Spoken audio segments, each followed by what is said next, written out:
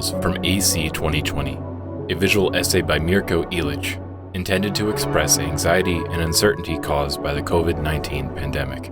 The essay is made of multiple single-page stories, all framed with ambiguity, melancholia, and a drab, panic-inducing detachment. The one I just showed is the first one that they choose to put on their website, and it creates an impression immediately. It's simple. A man walks on a desolate, surreal environment and turns around. By the next frame, he's lying, dead, with no one else in sight. I could go on and on about other parts of this essay and why they're so powerful, but instead, I want to speak more generally.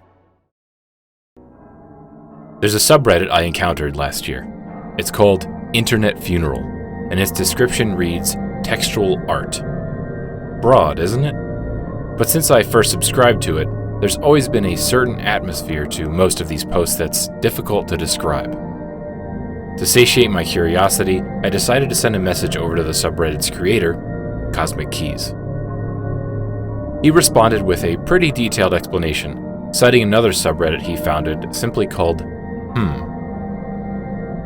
was meant to highlight the obscurity and lack of context in old internet images, reminiscent of an age before we could just find out everything, which, in turn, gives some of the images more meaning and makes you think about them far more. To quote, Internet Funeral, in particular, is curated so that anything that feels familiar is removed, whether that be a common font, common idea, or common image. Many people cling to what feels familiar because they want a shared understanding.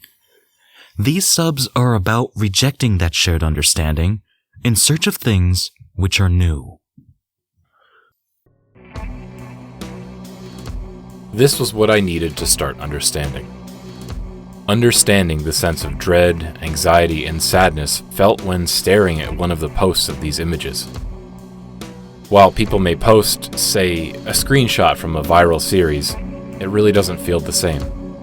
Because as much as the image on its own is weird, giving it context almost dampers the eerie feeling that some of these images, some of these textual arts, just exist.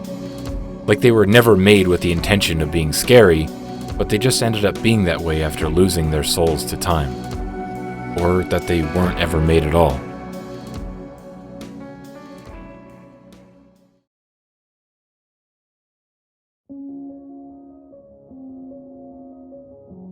Whether or not you are around to experience the early internet, an obscure, confusing, and subtle mess, you can't really deny that it's been buried.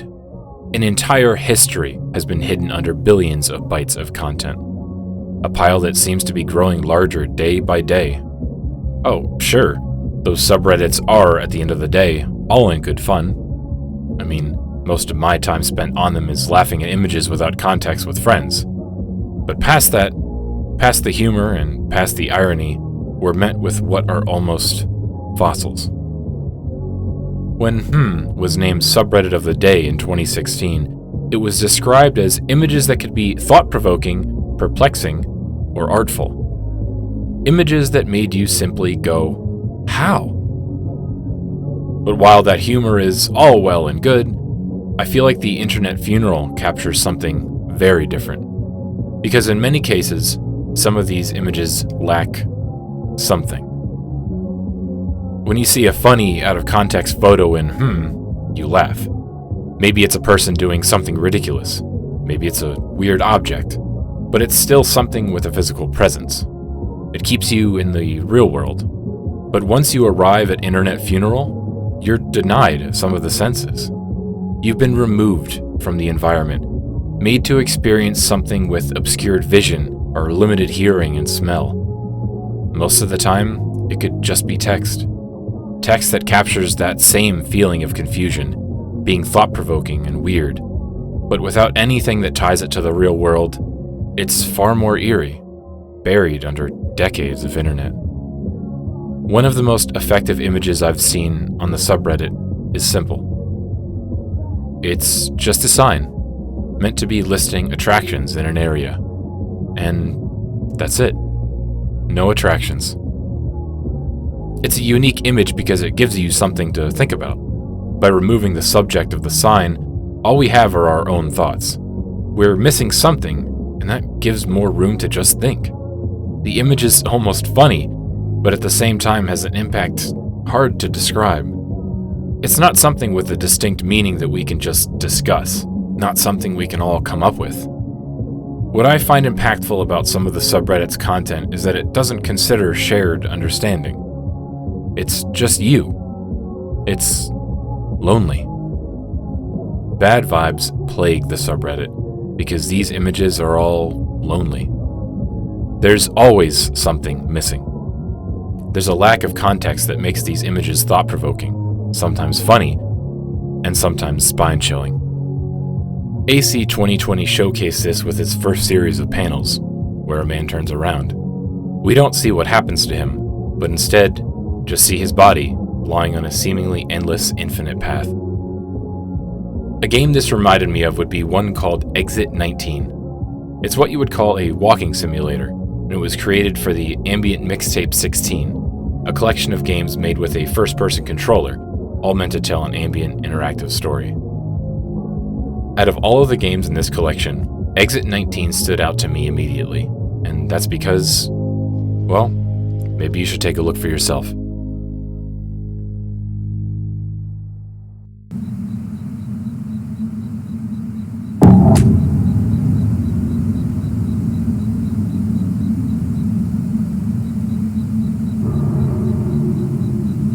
In Exit 19, you aren't given a name. Your car isn't given a brand.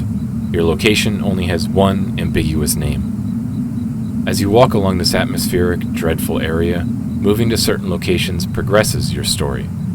The sky gets darker.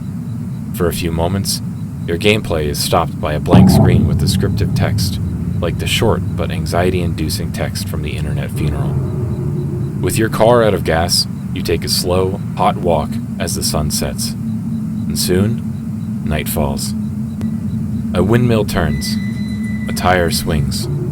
A phone rings. I'm not spoiling how this ends, but I will say that playing Exit 19 gave me more anxiety and dread than any recent horror game had. And that was done purely by being minimalist, by giving a scenario so simple, so believable, and yet so surreal.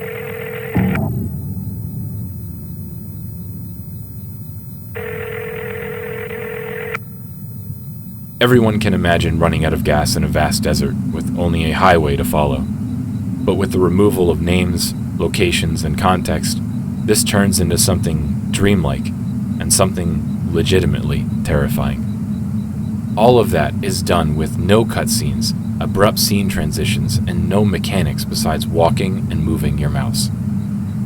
Things fade away, and these images, these vibes, represent that. The sun fades into the darkness as a story ends. The old internet fades into obscurity as it continues to expand. A man fades into a state of death without explanation.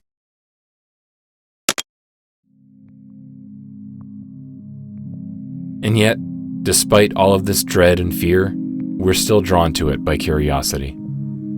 I loved playing Exit 19 just as much as I loved collecting and admiring all of these thought-provoking images from various obscure sources around the internet. They're relics of an unknown period, sure, but they've been malformed, mutated, into something that can take control over our thoughts with ease. What I find to be one of the most interesting thoughts prompted by these vibes is our own fragility. I never said these images couldn't have people in them. Some do. Newspaper clippings, screenshots from TV shows, excerpts from comic books. And yet, we don't really see these as people. Not as much as in any other photograph or video. It's not just the lack of context, either. I could pull up a photo of a person without any context now, and they still feel more human than in some of these images. I think the reason is that these people aren't usually the focus. In some of these images, all we see is their back, or maybe they're obscured by text, or in the shadows, and their being overshadowed by text and other details makes them seem aggressively inhuman. Is that what we could be? That after we're gone, all that's left of us is partially buried? Enough to create a sense of dread and loss, but not enough to fully see? Are we really that fragile, prone to fading away within a decade?